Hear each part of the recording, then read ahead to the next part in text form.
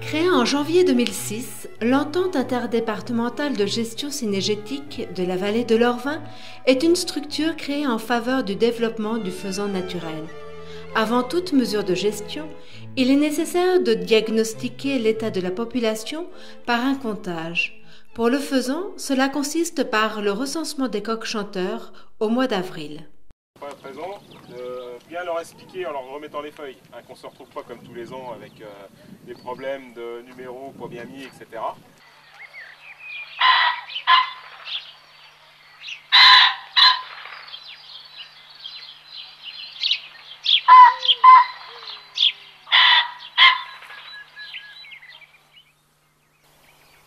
La particularité de cette structure est de regrouper les territoires de 6 communes de 2 départements, l'Aube et la Seine-et-Marne, et donc 2 fédérations de chasseurs au fonctionnement parfois différent. L'ambition de cette structure est de développer une population de faisans naturels grâce à un lâcher d'oiseaux reproducteurs durant 3 années, pendant lesquelles seule la chasse des oiseaux obscurs était autorisée. Donc on pratique tous ensemble le piégeage en commun, plus à travers l'entente faisan, par divers biais, baltrap, etc. On récupère de l'argent pour introduire à l'état naturel le coq commun, donc, et en pratiquant des lâchers de faisans obscurs pour la chasse. Donc depuis 2 ans, on a recommencé à tirer le faisan commun. Les résultats des comptages sont présentés conjointement par les services techniques des 2 fédérations. Le conseil d'administration de l'Entente fixe par la suite ses orientations.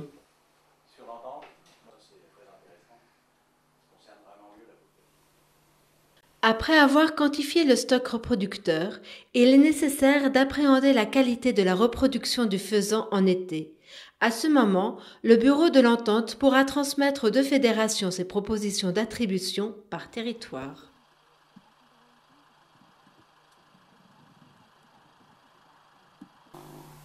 Donc là, j'ai 13 jeunes. 13 jeunes menés par une poule adulte. Une poule adulte. Poule grise. Grise.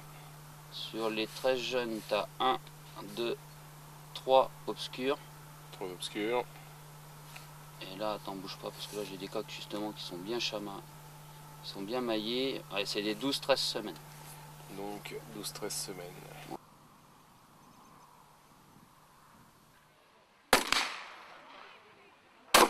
Comme toute structure de gestion, la réussite dépend pour beaucoup du dynamisme des hommes. L'exemple de l'Entente de la vallée de l'Orvin est remarquable. Depuis sa création, le bureau n'a cessé de fédérer ses adhérents grâce au comptage de printemps, aux formations de piégeurs, aux journées de déterrage et depuis 4 ans, grâce à un baltrap qui réunit plus de 170 tireurs sur un week-end.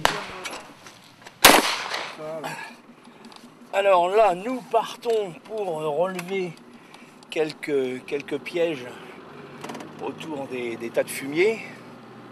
Donc j'espère qu'on aura la chance de prendre quelques goupilles. On est un peu dans les inondations, mais bon. Une régulation efficace des prédateurs est indispensable à la réussite d'un tel projet. Là encore, l'Entente répond présent avec un très large soutien auprès de ses piégeurs, notamment en offrant du matériel de piégeage. J'en profite, je mets toujours des gants parce que je ne veux jamais laisser l'odeur, son odeur, sa propre odeur autour d'un piège. Voilà. Je vais remettre un petit coup de fourche là pour remuer un petit peu mes bestiaux que j'ai déposés. Et puis voilà, en espérant que demain matin... La gestion menée par les chasseurs de l'Entente de l'Orvin porte aujourd'hui ses fruits. Après une période où seule la chasse du faisan obscur était autorisée, La population de faisans communs s'est largement installée et répartie sur l'ensemble de la zone gérée. Grâce au plan de chasse préfectoral, des prélèvements conséquents pourront être réalisés sur les faisans communs, tout en continuant la chasse du faisan obscur, pour le plus grand plaisir des chasseurs du secteur.